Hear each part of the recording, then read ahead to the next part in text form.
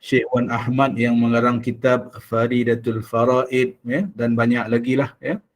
Dan dikatakan Syekh Zainal Abidin, ya, yang mengarang kitab Aqidatun Najin, ya. Aqidatun Najin itu kitab yang dikatakan kedua terbesar lah, ya. Kedua terbesar dalam ilmu tauhid di alam Melayu ini, ya. Selain daripada kitab yang dikarang oleh Syekh Daud Al-Fatani, ya.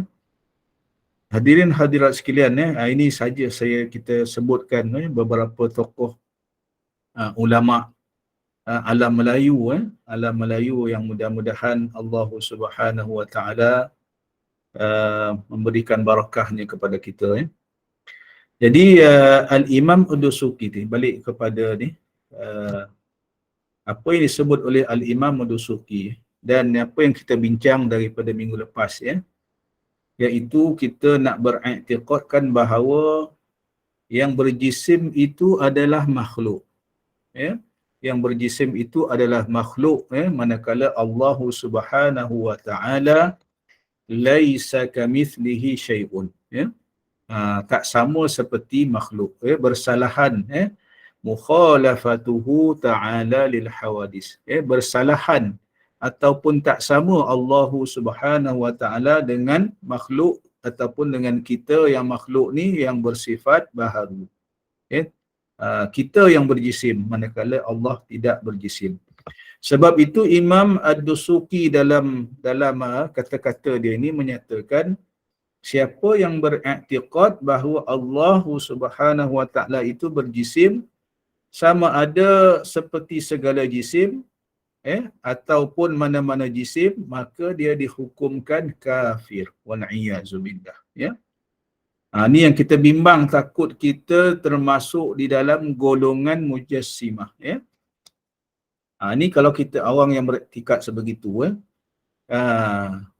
dan siapa jua yang beriktikad bahawa Allah Ta'ala itu berjisim dengan jisim yang tidak sama dengan segala jisim. Maksudnya dia beriktikad Allah Ta'ala ni berjisim walaupun tak sama dengan segala jisim yang ada dalam dunia ni. Itu pun tak boleh, ya, dihukumkan derhaka, asin, ya, dihukumkan derhaka, berdosa, ya, dan tidak kafir. Ini kata Imam Dusuki. Maknanya Imam Dusuki ni membezakan orang yang beriktikad Allah Ta'ala berjisim ni dengan dua golongan, dua kategori. Yang kategori pertama tadi yang dihukumkan kafir jika dia beriktikad Allah Ta'ala ni berjisim seperti makhluk yang ada kita nampak ataupun tak nampak hari ni, ya. Dan yang golongan yang kedua yang dihukumkan derhaka, ya, sebagai asi, sebagai maksiat, berdosa tetapi tidak kafir. Orang ini beriktikad Allah Ta'ala itu berjisim tapi tak sama dengan mana-mana jisim yang ada, ya. Sama ada yang kita nampak maupun tak nampak. Pun, ya, maknanya dia nak mengatakan bahawa orang ini beriktikad Allah Ta'ala ni tetap berjisim, tetapi khusus dengan mana jisimnya yang tersendirilah. Ya. Jadi orang ini berdosa, berdosa tetapi tidak kafir. Ini kata Imam Ad-Dusuki. Mana i'tiqad yang sebenarnya? Imam Ad-Dusuki menyatakan i'tiqad yang sebenarnya ialah bahawa Allah Azza wa Jalla itu bukanlah berjisim. Dan bukannya sifat hakikatnya Allah Ta'ala adalah zat yang memiliki sifat, dan tiada yang mengetahui akan hakikat zat Allah Ta'ala melainkan Allah Ta'ala sahaja. Ini i'tiqad kita Ahlus Sunnah wal Jamaah. Yang kita nak pegang betul-betul, yang kita nak i'tiqad betul-betul bahawa Allah Subhanahu wa Ta'ala tidak berjisim, ya. Dan zat Allah Subhanahu wa Ta'ala tu kita pun tak tahu hakikatnya macam mana. Hanya Allah Subhanahu wa Ta'ala saja yang tahu, ya. Kita tak diberi ilmu, ya. Tak boleh dan malah dilarang oleh Nabi sallallahu alaihi wasallam. Tafakkaru fi khalqillah wala tatafakkaru fi dzatillah, ya, fatuhliku. Ya, kita ni Nabi perintah, Nabi suruh kita memikirkan, memerhatikan, merenung segala kejadian makhluk Allah Subhanahu wa taala. Ya, jangan kita berfikir, merenung, cuba mencari hakikat zat Allah. Tak boleh, Nabi kata tak boleh, ya. Wala tatafakkaru fi dzatillah, ya. Kita takkan, ya, takkan sampai. Malah kita akan binasa, ya. Hal ini dikuatkan lagi dengan kenyataan yang dinukilkan oleh Mahmud Muhammad Khattab As-Subki daripada jawapan Syekh Abdul Majid Al-Labban dan Syekh Muhammad Amin Osman Mahmud. Ini pun beberapa tokoh ulama, ulama tauhid, ya, yang menyatakan faman i'taqada annahu ta'ala musyabihun li syai'in minal hawadis biwajhin min wujuhil musyabahati kal hululi awil jismiyati ala al-wajhi alladhi huwa ma'rufun fil hawadis fahuwa kafir bi ijma'il muslimin.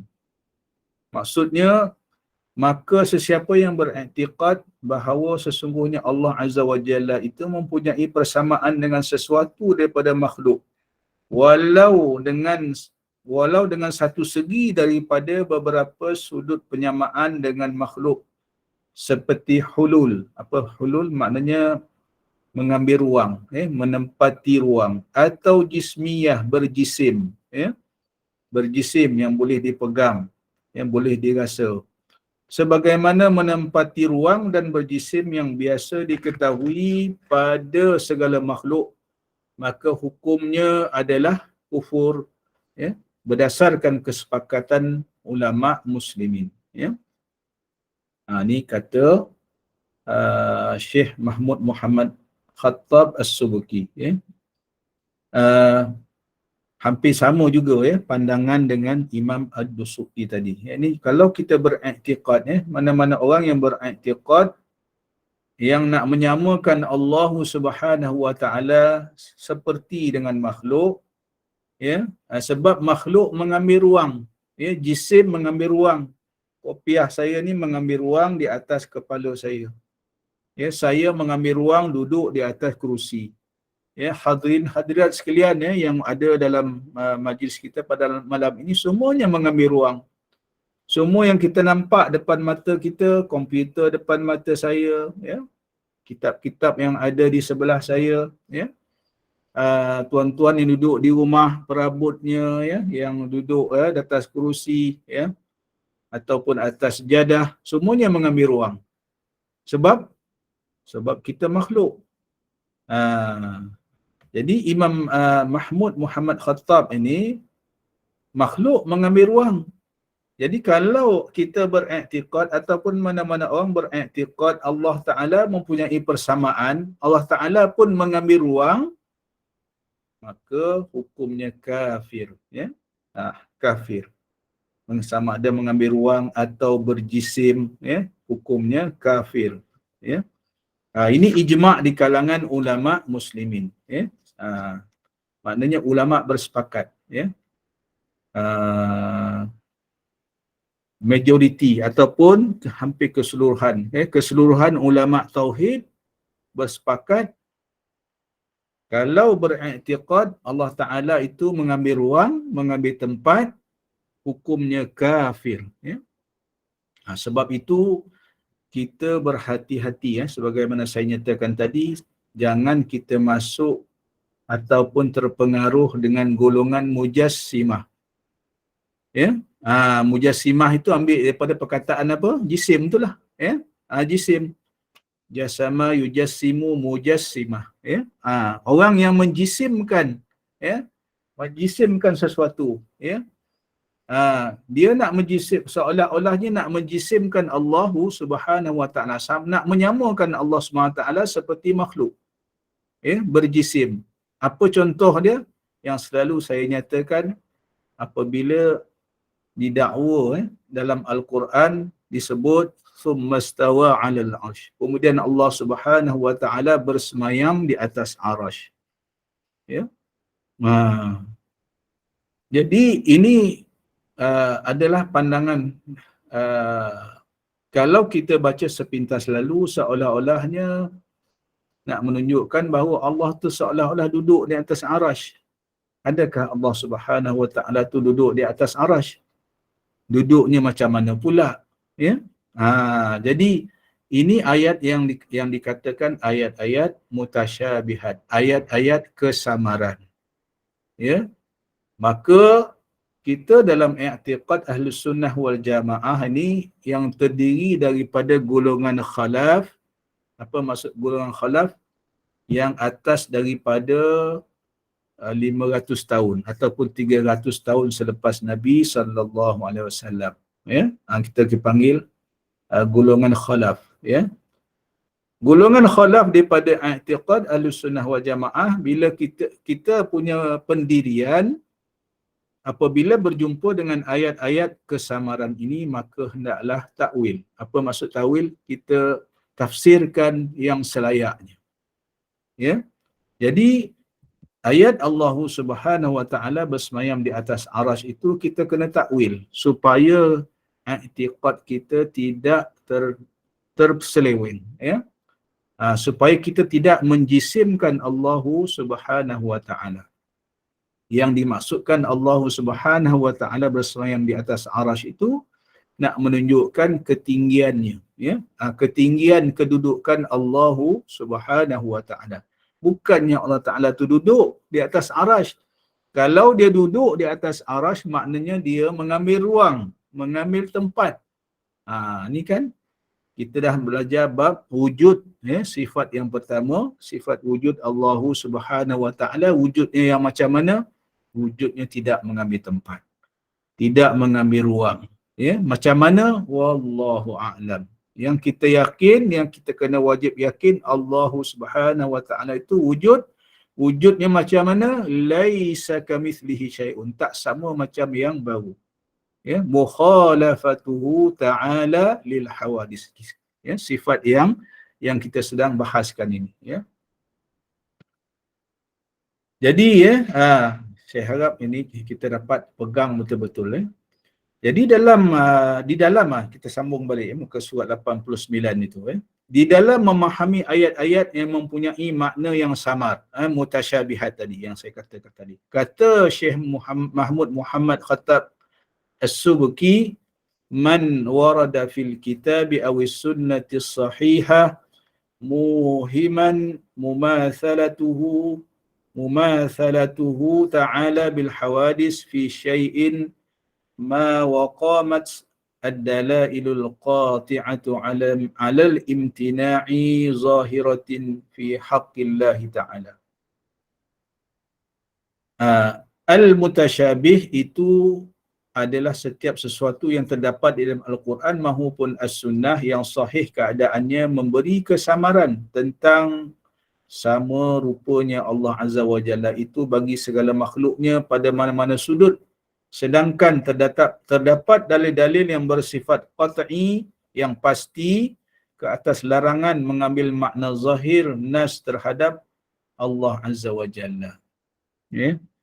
Jadi apa yang nak ditegaskan oleh Syekh Mahmud Muhammad Khattab ini, ya, supaya kita berhati-hatilah, ya. Maksudnya bila jumpa ayat mutasyabihat, ya, yang seolah-olah nak menunjukkan bahawa Allah Taala itu ada persamaan dengan makhluk, ya.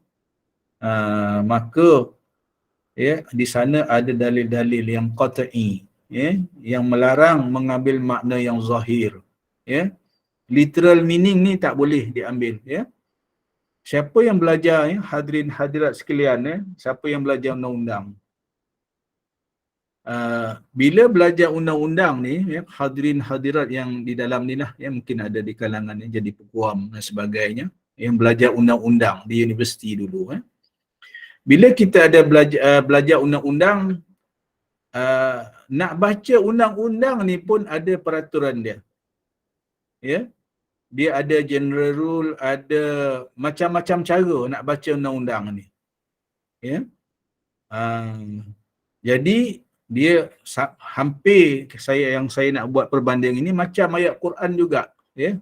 Ayat Quran ni memanglah, ya, nak bagi contoh ni mungkin tak berapa kena, cuma saya nak nyatakan bagi orang yang belajar undang-undang, dia ada peraturan, ada kaedah membaca undang-undang ini, yang dipanggil kaedah literal, maknanya kaedah umum lah, kaedah zahir ayat, seolah begitu ya.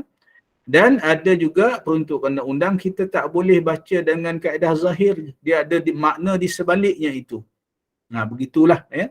Maknanya kena takwil, kena sesuaikan peruntukan undang-undang itu mengikut kefahaman yang sebetulnya. Apatah lagi ayat Quran.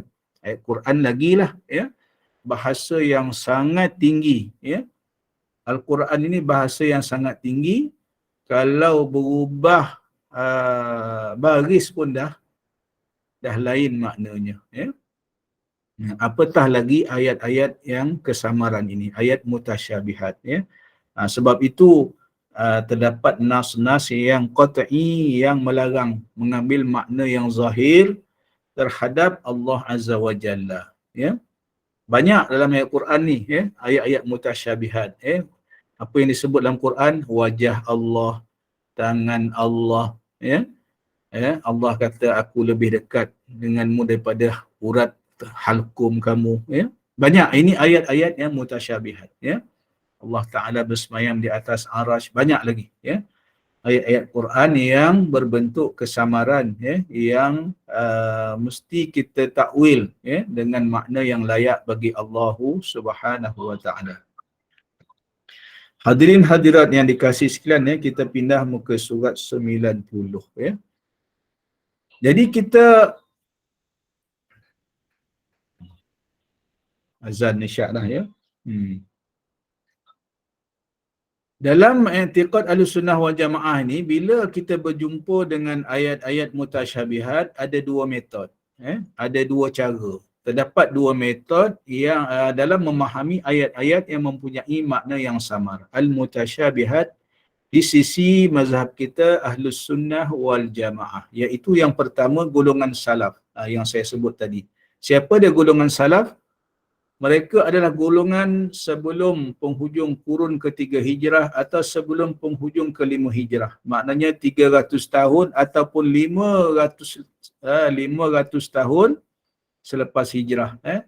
Iaitu terdiri daripada golongan sahabat, tabi'in, tabi'in, imam mazhab yang empat, imam mazhab kita yang empat, Imam Syafi'i, Imam Maliki, Imam Hanafi, Imam Hanbali, ya.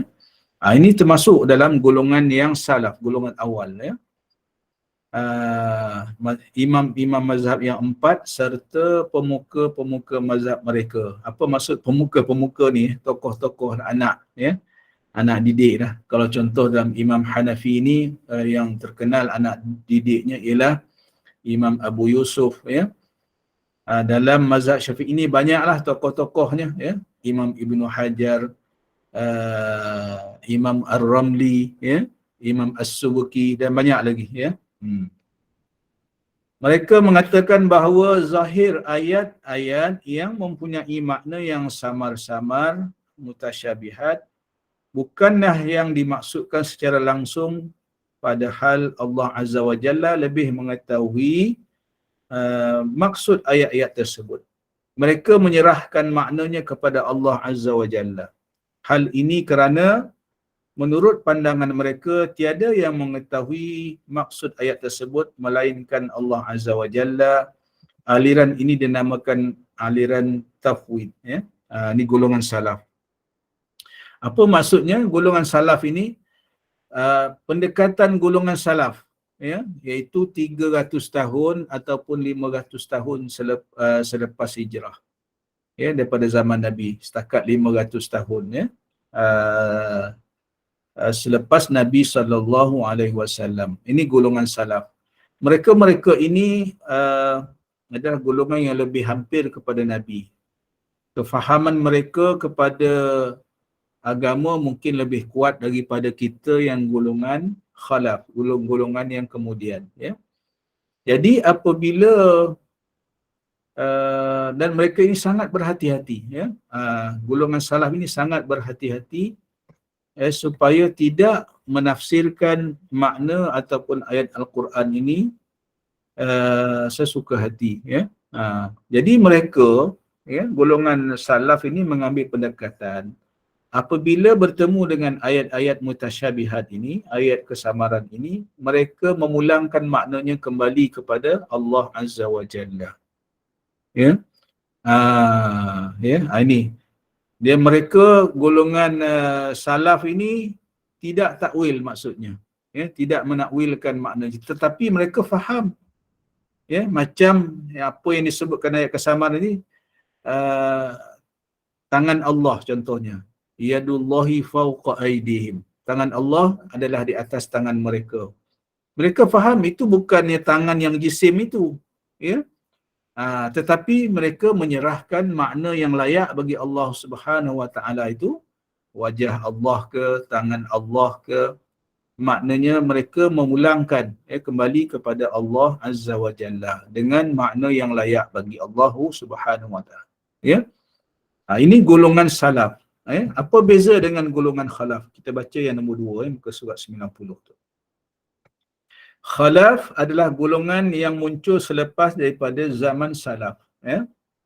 Mereka mengatakan bahawa ini macam apa ni, dari sejak daripada kalau kita tokoh kita, contoh Imam An-Nawawi dan selepasnya lah, lebih kurang 500 tahun selepas hijrah Nabi sallallahu alaihi wasallam itu, ya.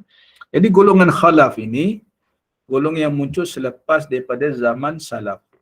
Mereka mengatakan bahawa zahir ayat-ayat yang mempunyai makna yang samar-samar, mutasyabihat, bukanlah yang dimaksudkan secara langsung, bahkan maksud ayat tersebut adalah dengan takwilan yang tertentu. Maka mereka menentukan maksud ayat tersebut yang tidak mengandungi makna tashbih, yang kesamaran tadi, ya. Ataupun penyerupaan, penyamaan antara sifat Allah Azza wa Jalla dengan sifat makhluk, ya. Ini pendekatan golongan khalaf, ya. Golongan khalaf selepas 500 tahun, ya. Dia begini, hadirin hadirat sekalian, ya. 5 tahun yang terawal itu mungkin kualiti umat Islam lebih baik.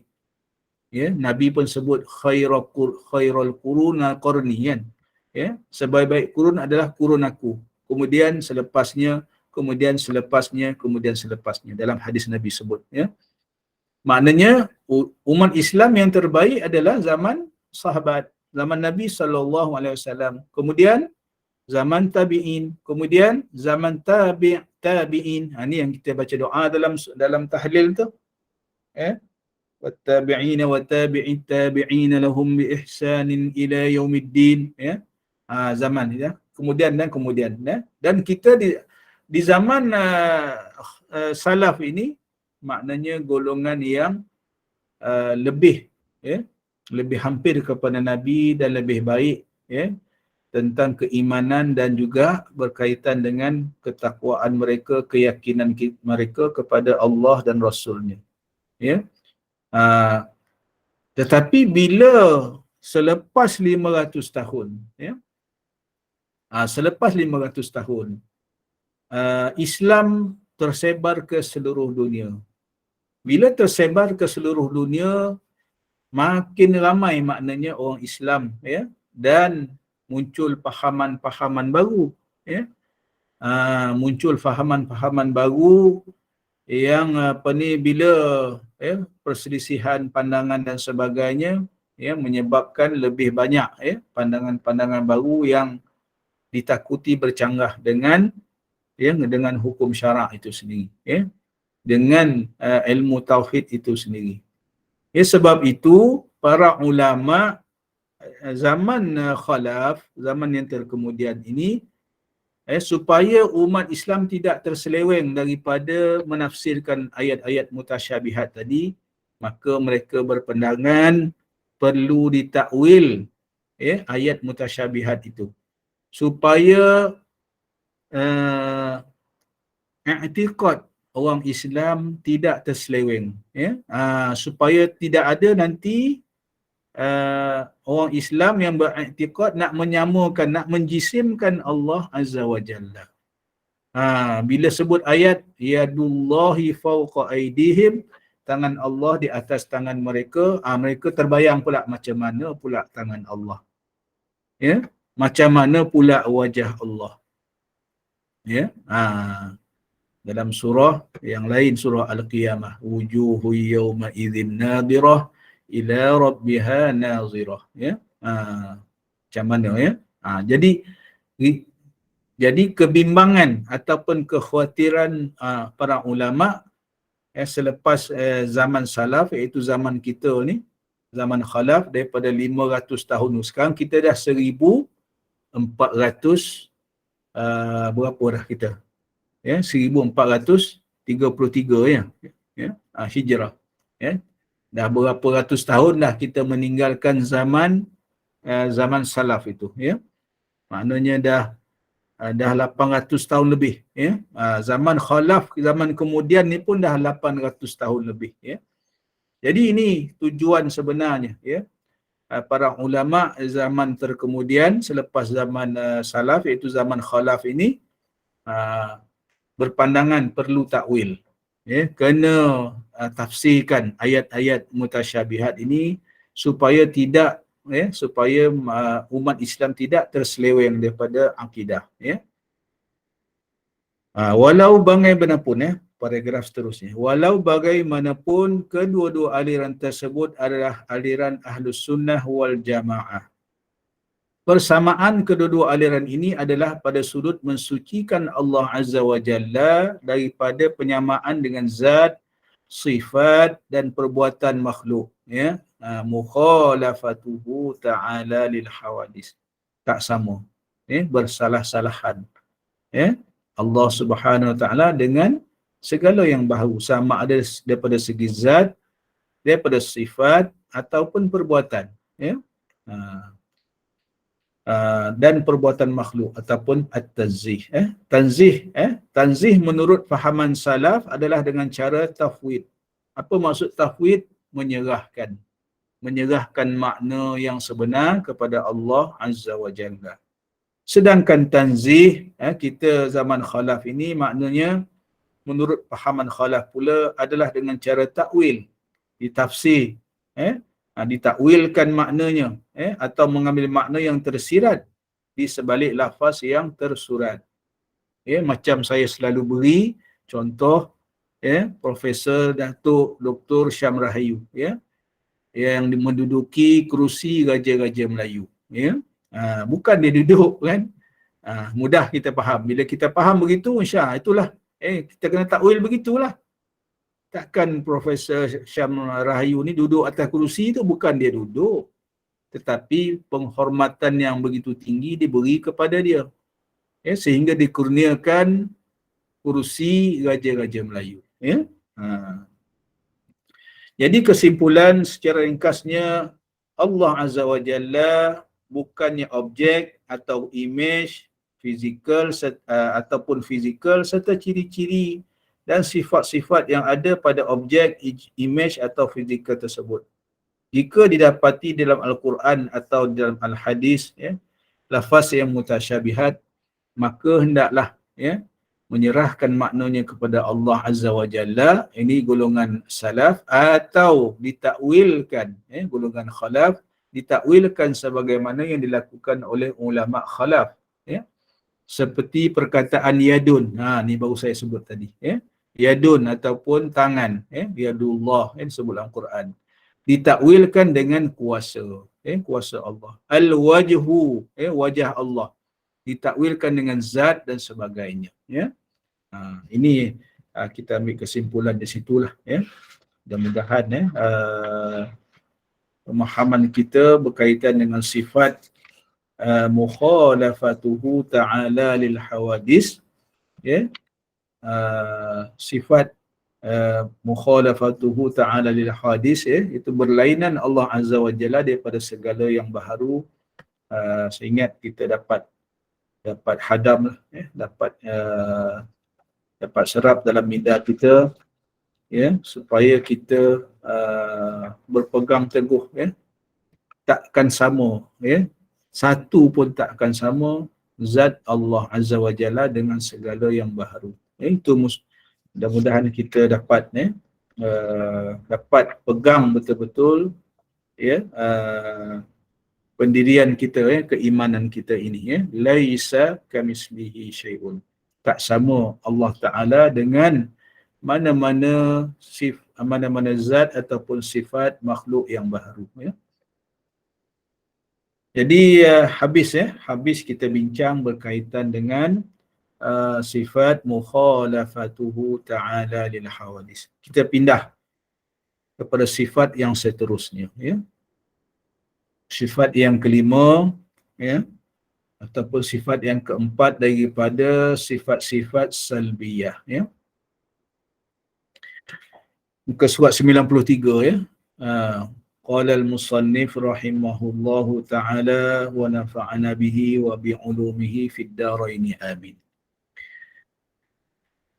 Wa qiyamuhu ta'ala binafsihi ay la yaftaqiru ila mahallin wala mukhassisin, ya. Yang kelima, berdiri Allah Azza wa Jalla itu dengan sendirinya, dengan maksud Allah Ta'ala wujudnya tidak memerlukan kepada zat dan tidak memerlukan kepada sesuatu yang menjadikannya. Keterangan, ya. Ini atas tu dia punya matan, kita tengok keterangan dia, ya, syarah dia. Terdapat beberapa kekeliruan, ya, ketika menerangkan sifat yang kelima ini, ya. Sifat ini tidak bermakna Allah Azza wa Jalla menciptakan apa jua makhluk ciptaannya dengan tidak meminta bantuan daripada sesiapa pun. Hal ini banyak terjadi, bahkan boleh dikatakan sebagai satu salah faham terhadap sifat yang wajib bagi Allah Azza wa Jalla. Sebenarnya sifat ini bermaksud Allah Azza wa Jalla adalah zat yang wajib ada, wajibal wujud, serta memiliki segala sifat kesempurnaan. Maka Allah Azza wa Jalla itu bukannya sifat, bahkan zat, yang mana zat Allah Azza wa Jalla tidak memerlukan kepada zat lain untuk mengesahkan kewujudannya. Lain pula halnya dengan sifat. Semua sifat, sama ada sifat yang qadim atau sifat makhluk, tidak boleh berdiri sendiri, melainkan perlu kepada satu zat yang lain untuk mengesahkan kewujudannya. Contohnya, rasa masin itu tidak boleh berdiri dengan sendiri untuk mengesahkan adanya masin, melainkan dengan menumpang pada zat garam. Begitu juga halnya terhadap segala sifat-sifat yang lain. Menarik ni, qiyamuhu ta'ala binafsihi, ya. Apa maksud dia tadi?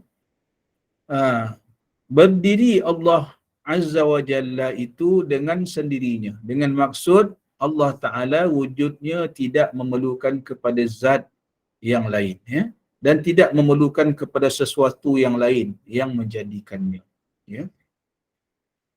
Hadirin hadirat yang dikasihi sekalian, ya. Bila kita baca tadi ni, ya, apa yang mula nak dinyatakan di sini ialah terdapat kekeliruan, ya. Kekeliruan berkaitan dengan pemahaman sifat qiyamuhu ta'ala binafsihi, ya. Kita tengok balik, ya, kita baca pelan-pelan keterangan itu, ya. Sifat ini, baris yang kedua tu, sifat ini tidak bermakna Allah Azza wa Jalla menciptakan apa jua makhluk ciptaannya dengan tidak meminta bantuan daripada sesiapa pun. Bukan itu maksudnya. Bukan itu maksudnya. Yang nak disebutkan di sini, makna qiyamuhu ta'ala binafsihi ini maksudnya di situ, ya. Ini kekeliruan yang ada. Bukan nak katanya maknanya nak menunjukkan makna qiyamuhu ta'ala binafsihi ni bukan maksudnya Allah menciptakan apa-apa makhluk tanpa pertolongan orang lain, bukan. Bukan itu maksud qiyamuhu ta'ala binafsihi, bukan. Ya, kena faham betul-betul di situ. Ya.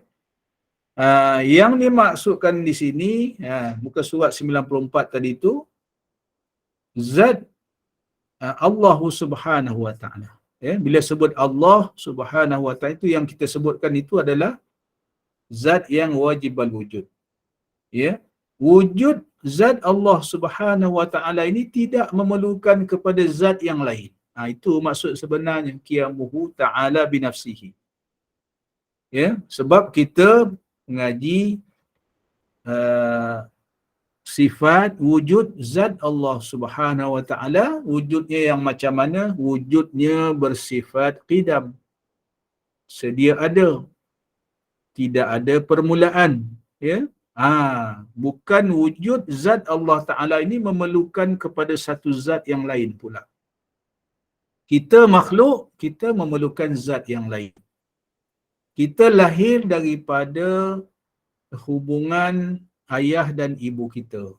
Ya, ya, hubungan kelamin di antara ayah dan ibu kita. Benih ayah dan ibu kita bercantum, maka jadilah kita, ya, duduk di dalam rahim ibu kita selama 9 bulan 10 hari, kemudian lahirlah kita. Ya, kita makhluk, kita memerlukan kepada zat yang lain. Ya, kereta, ya, zat kereta itu memerlukan zat yang lain, memerlukan orang, memerlukan besi, memerlukan bermacam-macam jenis logam lagi. Ya, perlukan tayar, perlukan macam-macam lagi. Nak jadi sebiji kereta. Ya, nak jadi nasi, beras, sama juga. Ya, memerlukan zat yang lain. Memerlukan petani nak menanam padi dan sebagainya, sampailah tumbuh dan sebagainya, dituai, padi itu masak, kemudian baru diproses di mesin menjadi beras. Ya, beras pula perlu dimasak, barulah jadi nasi. Ya, semua makhluk ini maknanya memerlukan zat yang lain. Kata Ibnu Khaldun dalam kitabnya Al-Muqaddimah, ya, al-insan, kita ni manusia, al-insanu madaniyun bitab'i, kata Ibnu Khaldun. Ya, kita orang-orang sebagai manusia biasa ini, dia kata madaniyun bitab'i. Apa maksud madaniyun? Tak boleh duduk seorang-seorang, memerlukan orang lain. Ya, ini kita lemahnya makhluk. Sedangkan Allah Subhanahu wa ta'ala qiyamuhu, ya, zat Allah Subhanahu wa ta'ala tadi dengan sendirinya, tak memerlukan zat yang lain untuk dia wujud. Itu maksud sebenarnya. Ya, lain pula dengan sifat. Ya, zat dan sifat. Ya, sifat tak boleh berdiri dengan sendiri, sebab sifat memerlukan zat.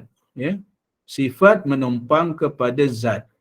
Sama ada sifat yang qadim dalam kitab ni sebut tadi, ya, muka surat 94 itu, sama ada sifat yang qadim, iaitu sifat bagi Allah Azza wa Jalla, ataupun sifat makhluk kita. Ya, yang makhluk ni pun ada sifat juga. Ya, mungkin ada orang yang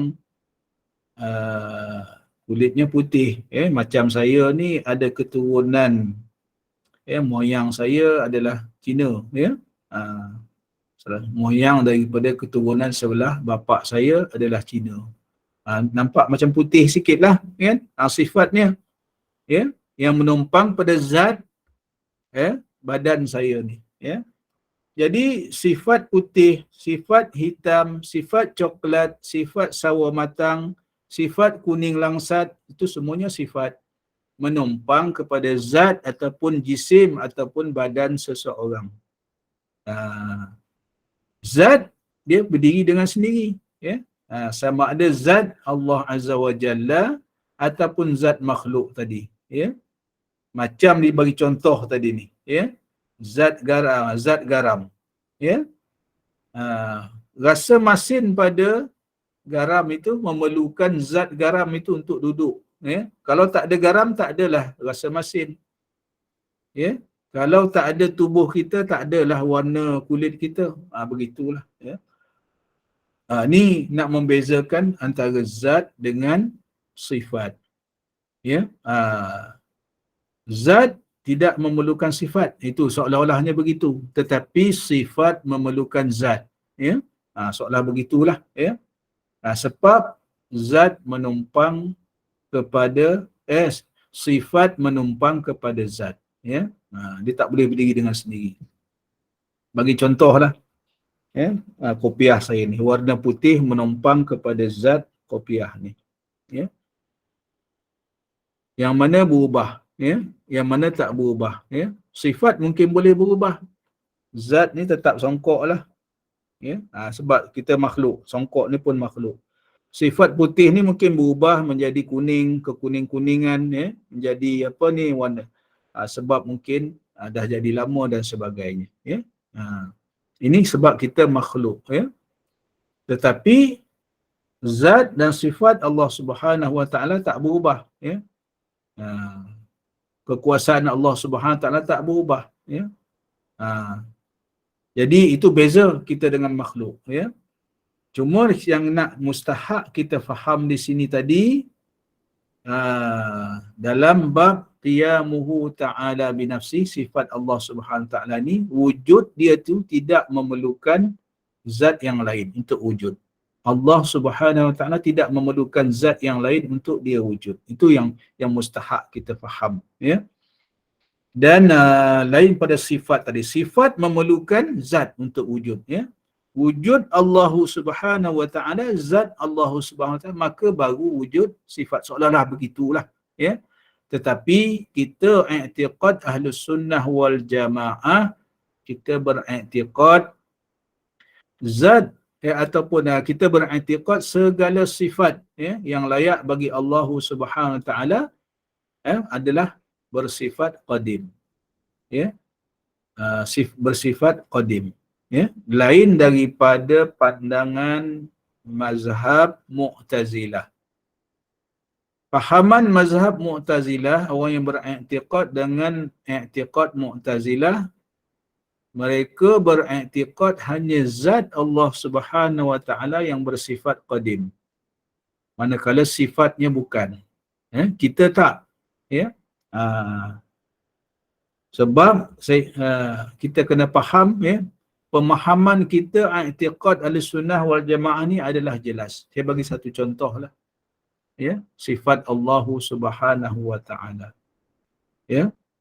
Yang pertama sifat wujud, ya. Wujud Allah Subhanahu Wa Taala, adalah qadim.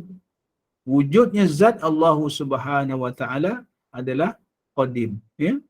Termasuk juga sifat yang lain, sifat qudrat, sifat iradat, sifat ilmun, sifat hayat, sama, basar, kalam, semuanya qadim. Maknanya wujud zat Allah Ta'ala, maka wujudlah qudrat, sifat qudrat. Kan jelas, ya. Takkan kita nak kata wujud zat Allah Subhanahu Wa Ta'ala, ya, yang qadim, tiba-tiba kita nak kata sifat qudrat Allah Ta'ala tidak qadim. Apabila tidak qadim, maknanya baharu.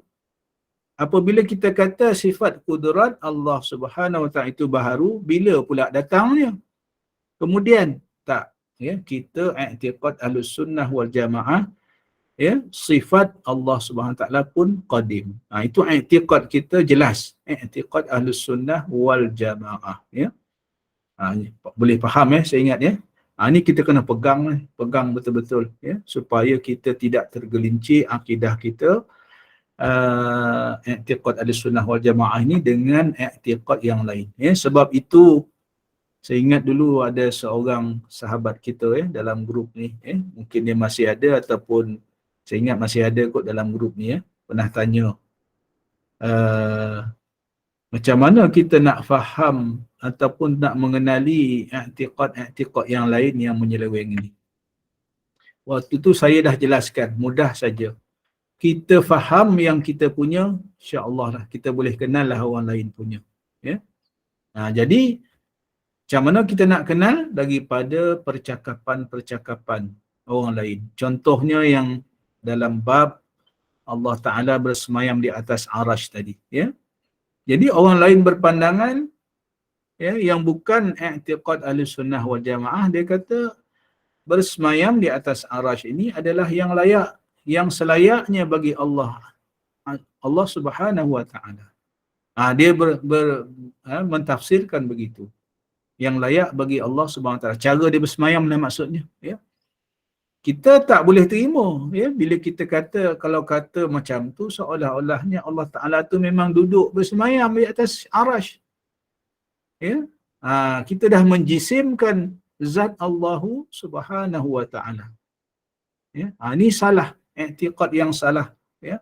I'tiqad kita jelas. Allah Ta'ala tidak bertempat, bukannya berjisim, tidak mengambil ruang dan sebagainya. Nampak ya? Samalah macam tadi ni, zat dengan sifat tadi. Ya? Zat Allah Ta'ala qadim, sifatnya pun qadim. Ini jelas kita. Ya? Jelas kita bagi pandangan kita, pendirian kita, pegangan kita, i'tiqad kita, Ahlus Sunnah wal Jamaah. Ya? Sebahagian ulama, kita sambung ya. Saya harap hadirin hendak sekalian boleh menyeraplah ya. Boleh memahami apa yang saya sampaikan tadi ya, supaya tak ada kesamaran lah ya. Kalau ada kesamaran nanti kena tanyalah ya, yang boleh saya jawab insya-Allah saya jawab ya. Sebahagian ulama usuluddin, ulama tauhid lah ya, menambah pengertian qiyamuhu ta'ala binafsih dengan makna Allah tidak memerlukan kepada pencipta. Ya. Ni yang sebut tadi ni, ya. Mukhassisin tadi, ya. Memandangkan dia bersifat dengan qidam, qadim, ya. Perbahasan ni boleh dilihat di dalam perbahasan sifat qidam. Allah Ta'ala tu wujudnya tidak ada permulaan. Ya, qidam ataupun qadim tadi, ya.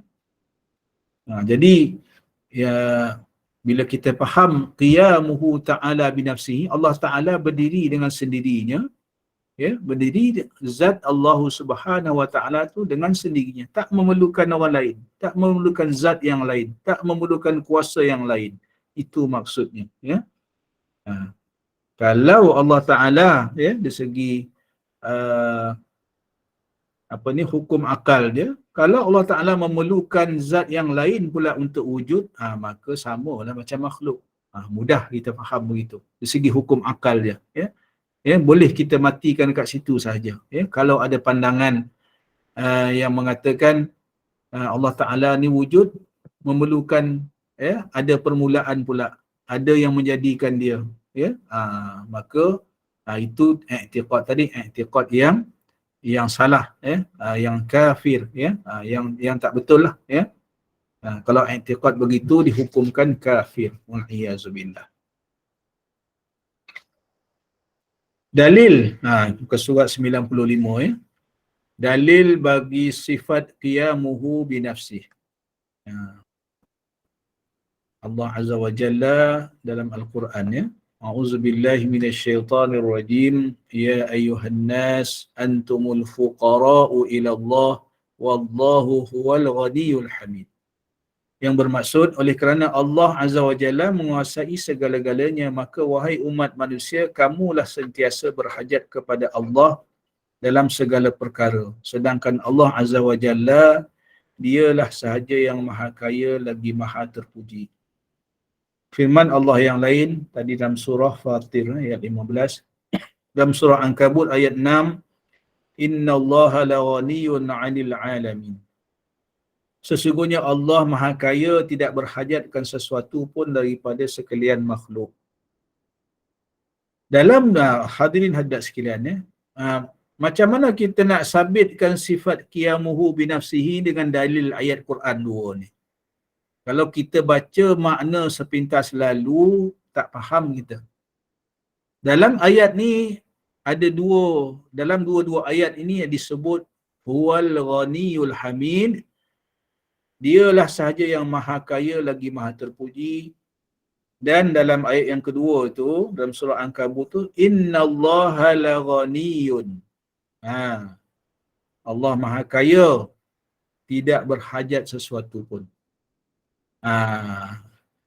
Bila disebut, kalau kita nak faham dalil ni, kita kena faham yang ni dulu. Maksudnya bila Allah Ta'ala itu maha kaya, dia tidak berhajat.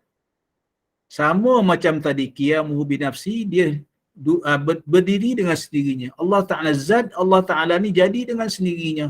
Tak memerlukan zat orang lain. Sebab apa? Sebab dia terkaya. Dia maha kaya, tak memerlukan zat yang lain. Itu maksudnya. Jadi,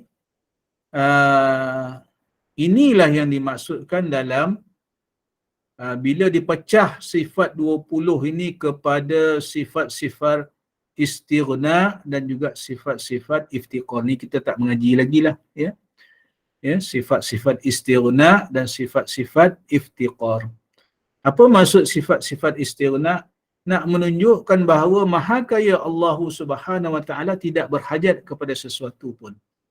Ini sifat-sifat istighna. Ya, ni yang kita nak bawa dalam sifat istighna dan juga sifat iftiqar. Apa maksud sifat iftiqar?